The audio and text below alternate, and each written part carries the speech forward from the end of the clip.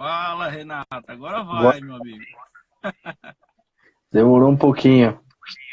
Ó, aí já tá na área aí. Deixa eu sair aqui, só para dar um alô pro pessoal aí.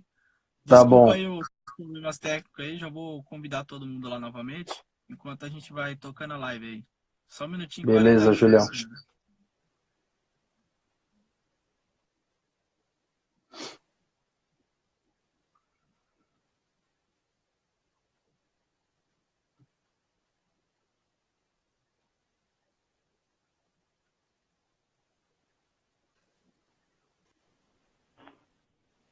Fala, Boa Renato, noite. tudo bem?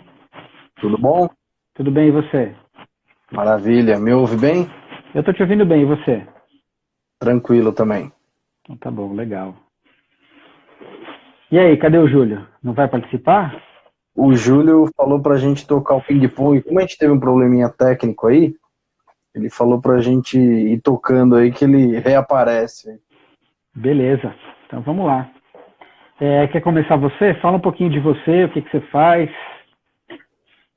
Pode ser. Eu sou advogado tributarista, né? Então, a nossa atuação de uns tempos pra cá mudou um pouquinho, né? Nós tínhamos uma missão um pouco mais reativa com as empresas, e hoje a gente tem visto a mudança desse perfil, né?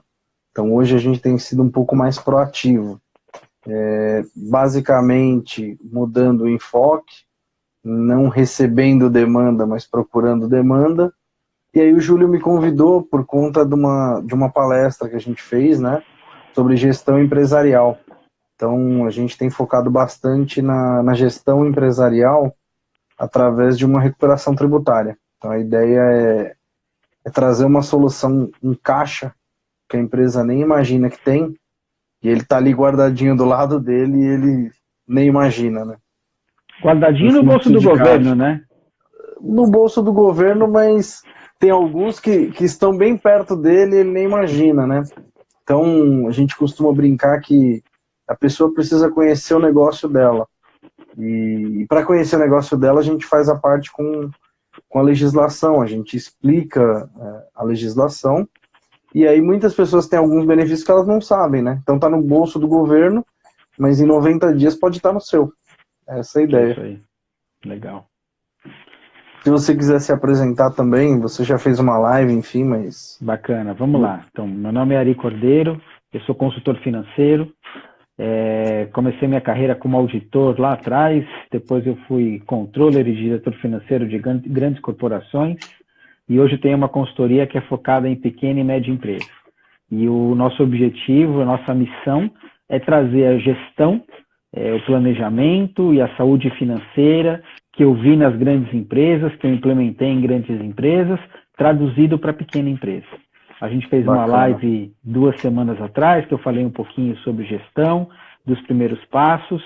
Eu trabalho com alguns tributaristas, um trabalho bem parecido com o que você faz, e é um negócio super importante, porque como você falou, é direto no caixa, né?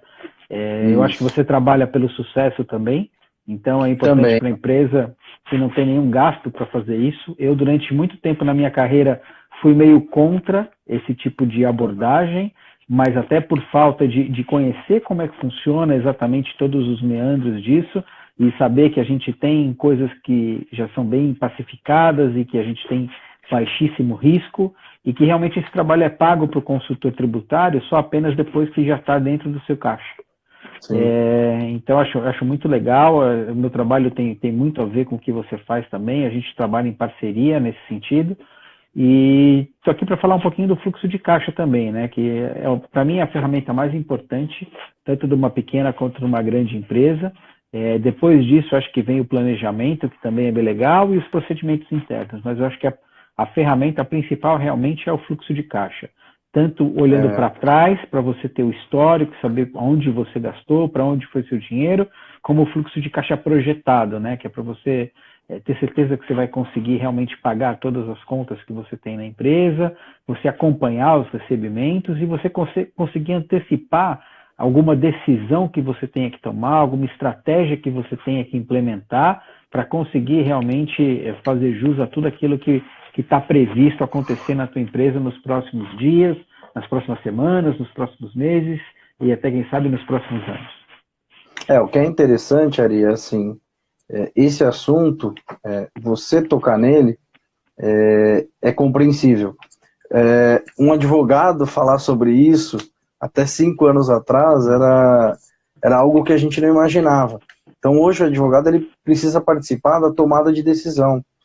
Não adianta eu aguardar um cliente me procurar quando ele tomou um auto de infração, porque aí já foi. Provavelmente ele fez uma declaração equivocada, ele recolheu um tributo de maneira, com algum erro, algum equívoco, até do contador. Assim, esse trabalho a gente continua fazendo, mas a exigência do mercado já não é mais essa, né?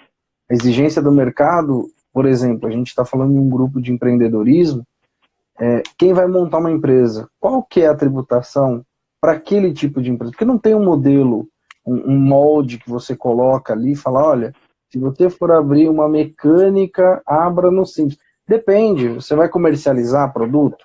Não vai. Você só vai prestar o serviço, a pessoa vai te trazer uma peça.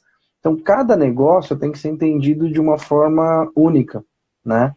Então, esse papel do tributarista, ele existia, mas ele vem aumentando, né? Ele vem tendo que se aperfeiçoar em áreas que não eram imaginadas até pouco tempo atrás para um advogado, né? Então, a gente começa a falar de gestão, a gente começa a falar de recuperação tributária para dar fluxo de caixa, por exemplo, para uma empresa. Porque hoje ela vai pegar o quê? Um dinheiro em banco? Qual o custo desse dinheiro?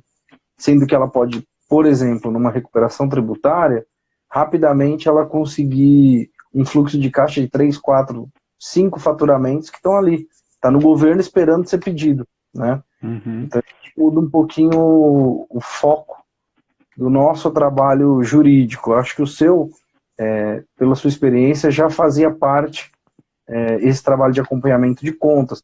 Mas para um advogado, até pouco tempo atrás, isso não era o foco do trabalho, né? A gente está falando de um país com 70 tributos, com mais de 100 obrigações acessórias, e aí a gente chama de obrigação acessória, não é ir lá pagar o tributo. É alguma declaração que você tem que fazer, que 100 declarações, cada uma com a sua particularidade, 60 tributos, uma legislação, por exemplo, de ICMS, que a gente está falando que a gente tem 27 unidades, cada uma com a sua regulamentação. Então, assim, é muita coisa para o empresário, e ele pode até se preocupar com isso, mas ele não vai preocupar com o negócio dele. Ele não vai se preocupar em vender, ele não vai se preocupar em ter relacionamento, como que está o recebível dele. Se ele tiver que olhar uma legislação, esquece, ele está morto, né? Então a ideia é a gente prestar essa assessoria um pouco. O mercado exige isso e a gente tem buscado prestar aí. Claro que a gente tem muitos profissionais que nos apoiam, a sua profissão nos apoia muito, uma contabilidade nos apoia muito, então a gente tem se cercado de algumas assessorias, né? Mas é uma mudança de foco aí na gestão jurídica. E acho que a financeira também, né? Não, total. Você me lembrou agora, eu uma vez fiz uma entrevista para trabalhar numa multinacional e eu estava falando com um engenheiro americano que fazia parte do time, ele era vice-presidente global, e aí ele perguntou qual seria a primeira coisa que eu faria se eu fosse contratado, né? E eu falei que era montar o time fiscal, porque era uma empresa que tinha muita comercialização de produtos e comprava matéria-prima, importava, exportava, revendia, era realmente bem complicado. E aí ele parou assim no meio da entrevista e falou assim, então você está querendo me dizer que a tua primeira ação aqui como diretor financeiro dessa empresa vai ser contratar um advogado? Eu falei assim, vai, exatamente isso. E aí acabei sendo contratado nessa empresa, acabei entrando e realmente montei o departamento fiscal lá, mas é isso mesmo, cara. A gente corre riscos por não conhecer a legislação que podem fechar o negócio, né? Mas você já assustou bastante o pessoal, agora vamos começar a traduzir isso um pouco mais, né? A gente até conversou disso um pouco antes aqui da nossa live, na semana, acho que retrasada ou passada, Mas Sim. eu fiquei bem curioso para você comentar um pouco de como seria esse teu trabalho numa empresa, por exemplo, do Simples Nacional, que acho que é a grande Tá. maioria do pessoal do nosso grupo, né? Tá. Na verdade, ali, assim, a gente tem uma ferramenta, né, tecnológica que ela consegue apurar pela classificação fiscal em produtos que a pessoa comercializa ali no dia a dia dela, produtos de um PIS e COFINS monofásico, por exemplo. Então, o que acontece? Uma empresa do porte das que a gente provavelmente está falando tem um contador, que é um custo bem considerável, então ele tenta negociar ao máximo. E como funciona hoje? O contador liga no final do mês e fala para o empresário, quanto você faturou? Ah, faturei 300 mil. Pô, 300 mil, a alíquota é 4, 5%. Paga aí 4% disso. Então, assim, o que a gente está tentando conscientizar algumas pessoas? Se ela fizer uma classificação fiscal legal, se ela tiver uma contabilidade boa, ela consegue classificar isso melhor. Então, talvez, dos 300 mil, só 250 são tributados. Porque tem 50 aí que a primeira indústria, ela já pagou imposto da cadeia inteira. Só que o empresário não sabe disso. Então, ele manda o faturamento para o contador faz um enquadramento de percentual, a partir daquele percentual manda a guia e você paga a guia lá do Simples, né? E talvez essa guia, para o Simples, ela esteja correta como um todo. Mas talvez para o PIS e COFINS, não. Talvez tem produto ali que é monofásico que já está pago o imposto. Então a gente está pagando imposto sobre o que a gente já tem o imposto recolhido, né? E aí a gente tem algumas ferramentas, por exemplo, um pedido administrativo, porque se a gente falar em processo no Brasil é triste, né? A coisa leva longos anos. Mas a gente tem um procedimento administrativo que em 90 dias o empresário recebe isso. E recebe, a gente tem casos no escritório, até antes, a gente fala 90 dias que é o prazo máximo. Mas você imagina o empresário receber 4, 5 faturamentos dele e um crédito em 70 dias, por exemplo. Faz a diferença.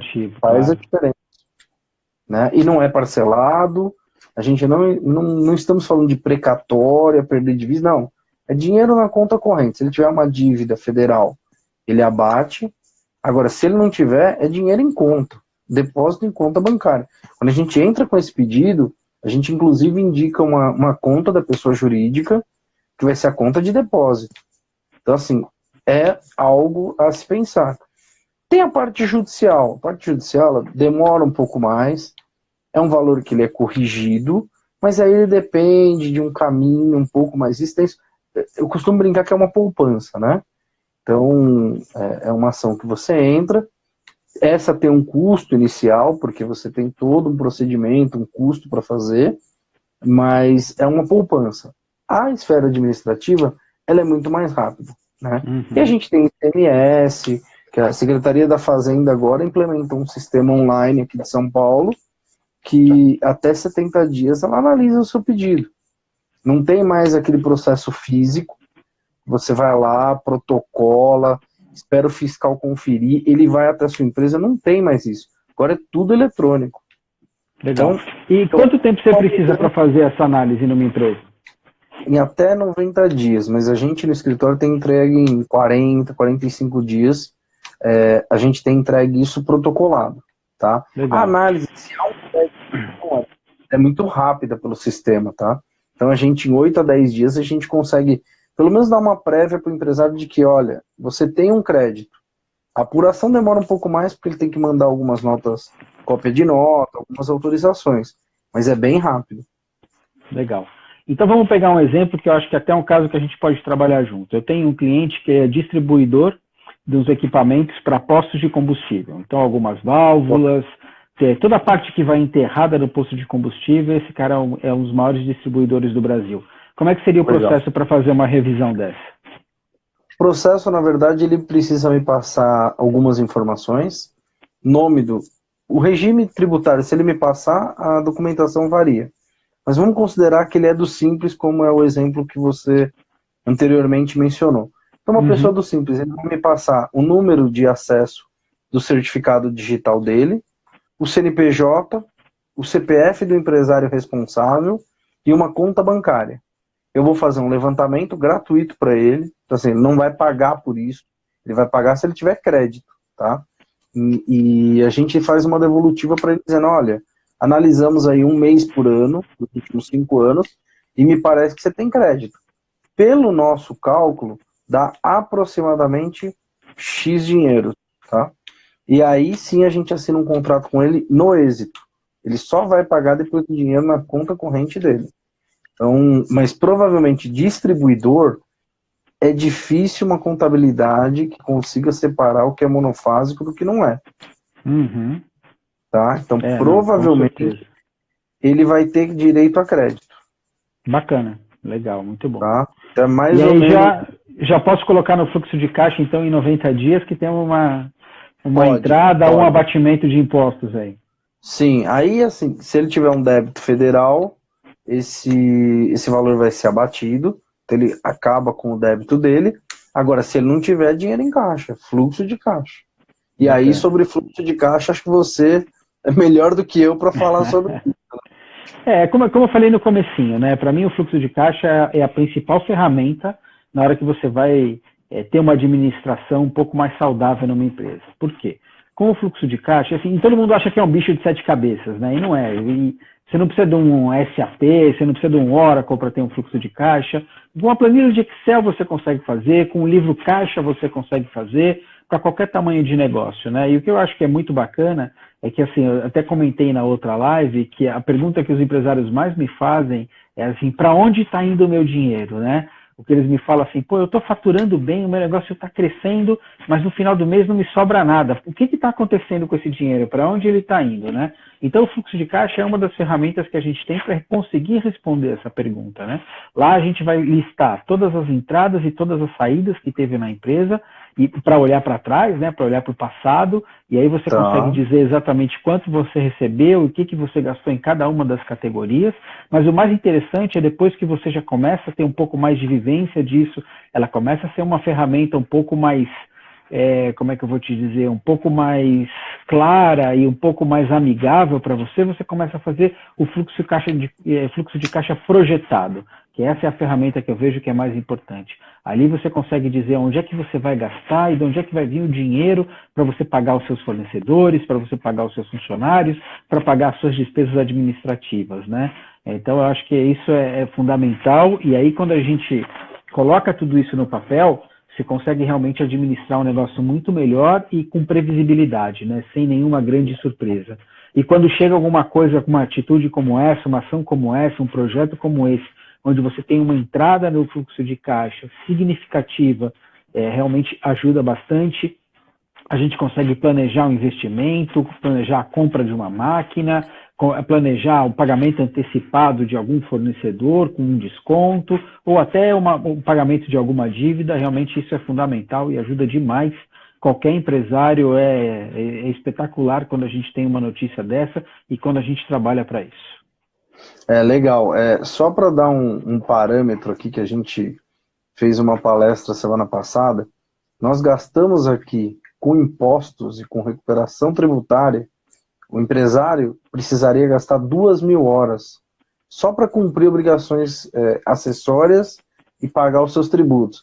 A gente pega país que são 200 horas. Então, assim, isso é muito preocupante para o empresário. Ele não tem tempo para ver isso. E se ele tiver, ele não vai acompanhar fluxo, ele não vai acompanhar pagamento, ele não vai acompanhar as vendas dele, ele precisa vender. Ele não tem que ficar preocupado enquanto ele está pagando, se ele está no regime tributário correto. Eu acho que esse é o impacto que a gente tem. E até teve uma pergunta que eu passei aqui, eu dei uma olhada, a questão de cessão de crédito, ela é possível. Depende de qual crédito a gente está falando. E aí entra um problema que eu falei. Cada Secretaria da Fazenda tem a sua regulamentação. Mas respondendo genericamente, você pode ceder um crédito, sim. A gente teve muito essa cessão de crédito antigamente quando era no papel. O que acontece? Você faz o protocolo de pedido e demorava 6, 7, 8 anos. Então o que você fazia? Você vendia com um deságio, vinha o investidor, ele te pagava à vista um valor menor e ele ficava com aquele crédito. Esse mercado de crédito tributário, ele caiu muito.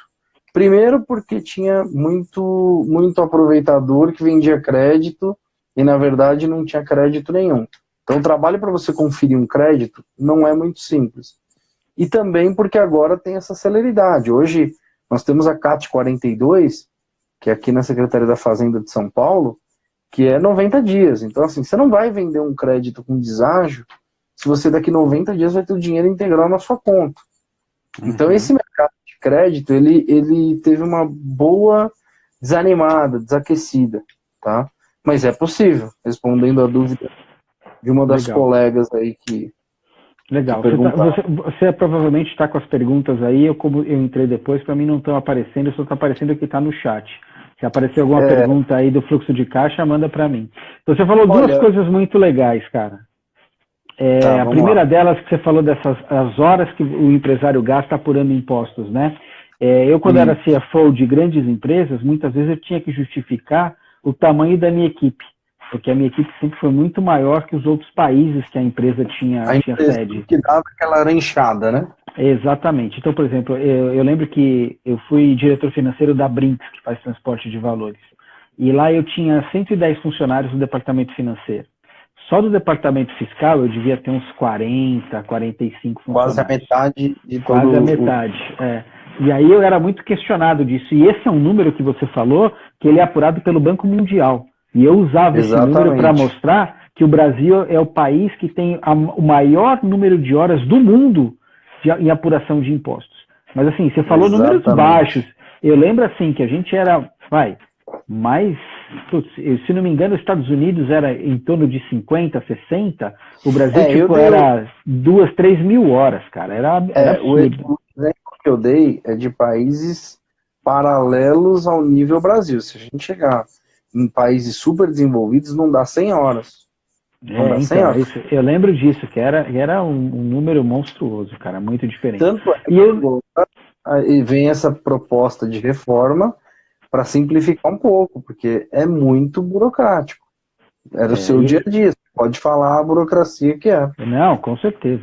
E essa questão que você falou dos créditos, né? A gente tem que ser sempre muito criativo para conseguir aproveitar isso e que seja de forma legal e que não traga nenhum risco para a empresa. Eu estou trabalhando num projeto agora de armazém geral. Então, a gente tem um armazém geral aqui na minha região, onde ele tem um crédito muito grande de CMS. Ele tem mais de 20 milhões de crédito. E o que a gente está fazendo? Eu estou montando operações com empresas que importam produtos ou trazem produtos de outro estado. E aí eles têm que recolher aqui em São Paulo o diferencial de alíquota. Então, quando passa por esse armazém que a gente conhece, quem é responsável por fazer esse recolhimento é o armazém. E como ele vai demorar muitos anos, se ele conseguir ainda usar esses créditos, a gente tem um desconto lá de 20%, que é bem significativo. Então, empresas que importam, empresa que compra matéria-prima... Oi? Seria um incentivo para ele, né, esse desconto. Exatamente. Então, essas empresas que importam, que trazem coisas de outro estado, é uma operação bem interessante, é dinheiro no caixa também imediatamente. É um projeto bem bacana. É isso aí. E é rápido. Tem uma pergunta aqui, Ari, eu vou até te passar. Qual é o papel meu e seu aí no fluxo de caixa das empresas? Então, se você quiser começar, eu complemento. Vamos lá. Então, o meu papel, o que é? A minha consultoria, a ideia da consultoria é um pouco até do que você falou, né? Hoje o pequeno empresário, ele não pode ficar se preocupando com finanças, ele não pode ficar se preocupando com gestão. Ele tem que cuidar das vendas, ele tem que cuidar do desenvolvimento dos produtos. Então, o que a minha consultoria faz é isso.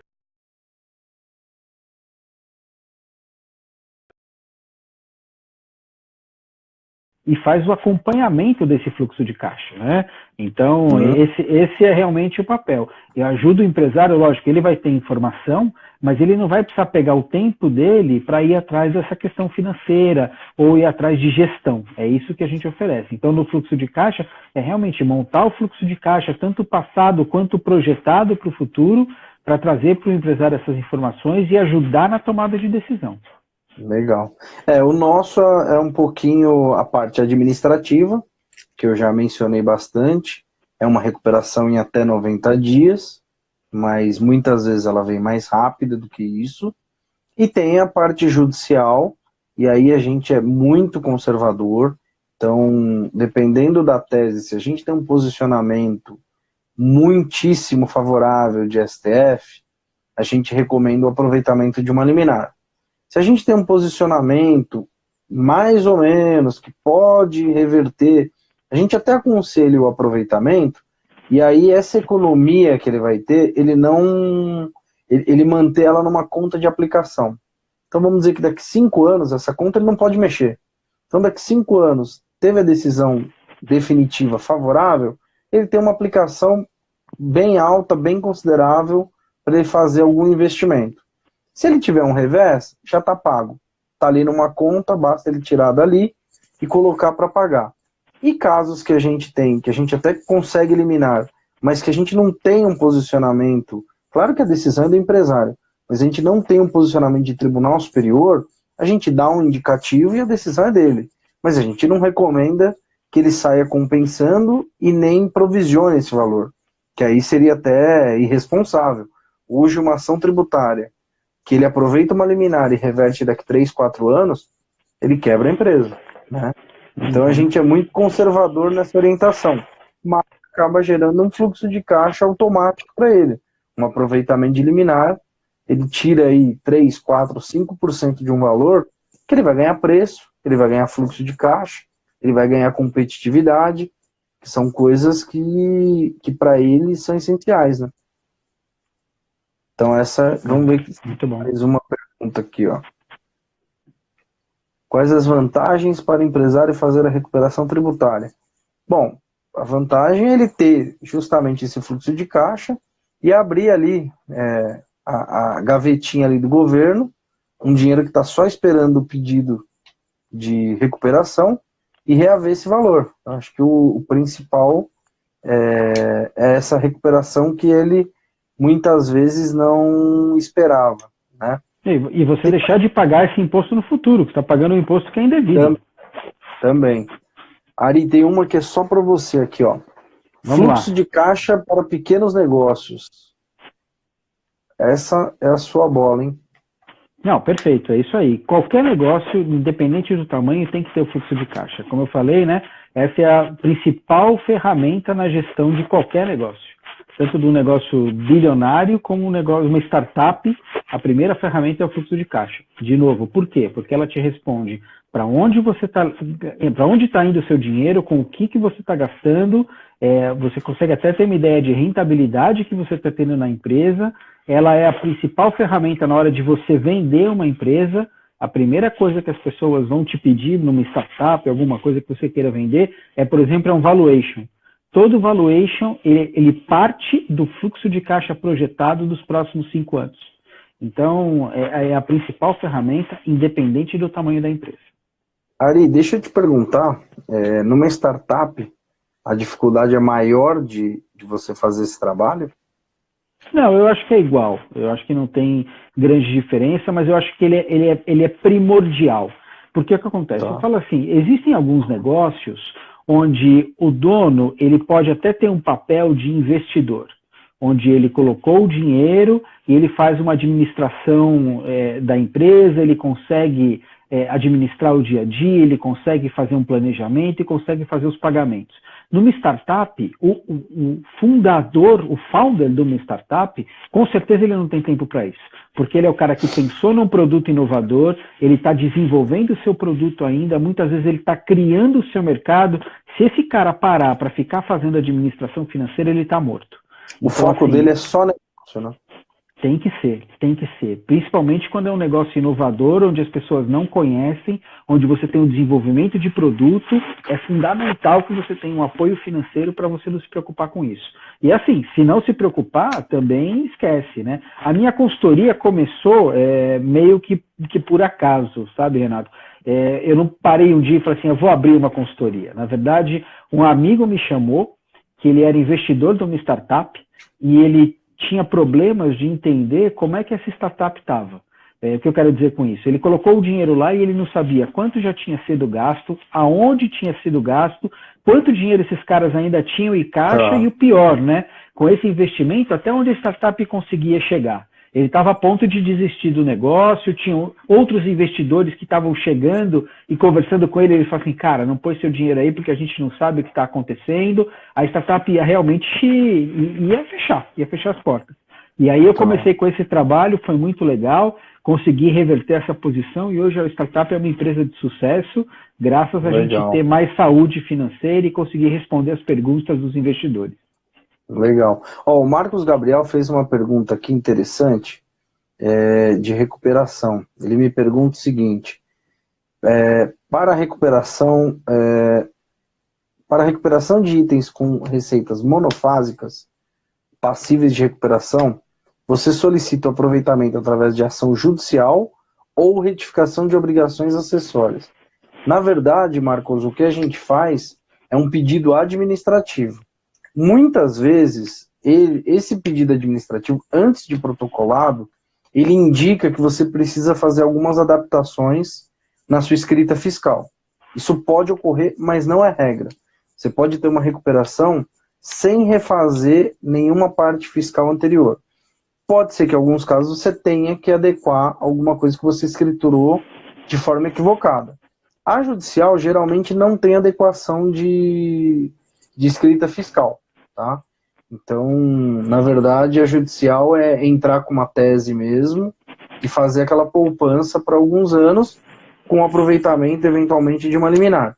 A administrativa pode ou não ter uma necessidade de atualizar a escrita. E também, assim, quando a gente entrega um trabalho, a gente indica quais são alguns dos produtos, ou quase todos, monofásicos. Então, cabe à empresa ter uma atitude de corrigir dali para frente essa escrituração. Se ele não corrigir, ele vai me procurar daqui 2, 3 anos para fazer uma nova revisão desse período. Mas o ideal é que ele adeque essa informação que ele manda para o contador dele, para não fazer retrabalho e para pagar menos imposto dali para frente. Então, acho que é mais ou menos isso. Perfeito. Tem mais alguma dúvida aí, pessoal? Deixa eu ver aqui as perguntas. Perguntas acabaram. Não tem pergunta. Vocês ficam aonde, Ari? Então, o escritório fica na Granja Viana, que é próximo de Cotia, mas eu atendo São Paulo inteiro, a parte do interior, tenho clientes aí espalhados por todo o estado de São Paulo. Legal. E estamos vendo, estamos fechando uma parceria agora no sul do país também, bem bacana. Legal. Marcos Gabriel agradeceu aí. Marcos, pode contar, o Ari, fera, se precisar de alguma ajuda, algum suporte meu, pode nos procurar aí, porque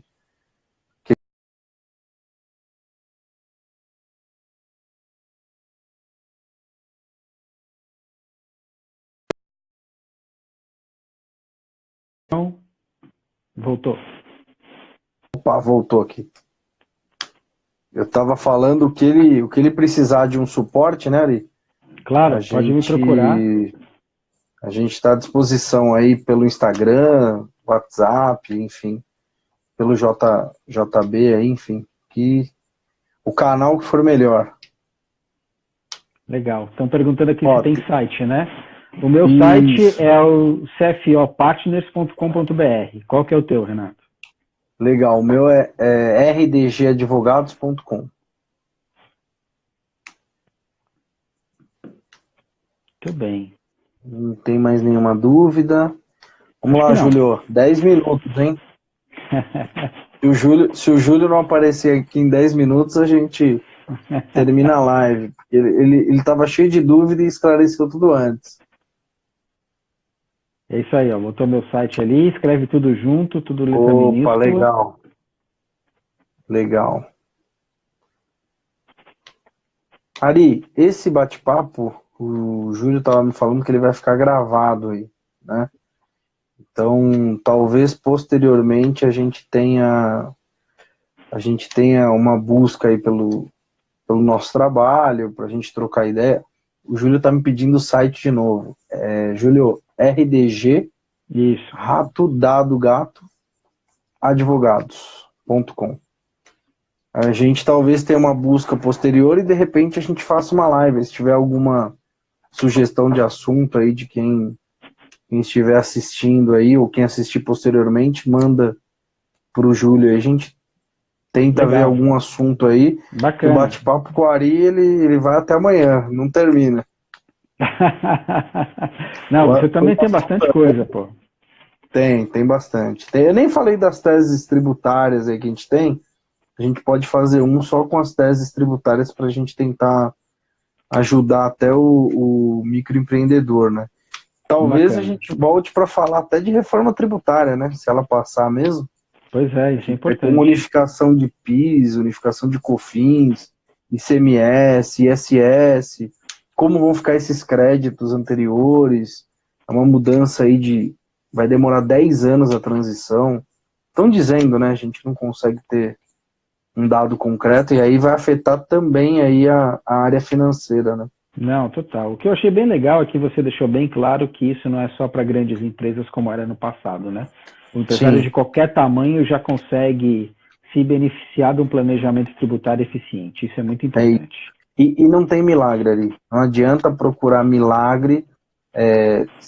Tem muitos casos que a gente faz análise e a gente faz a devolutiva que não tem crédito.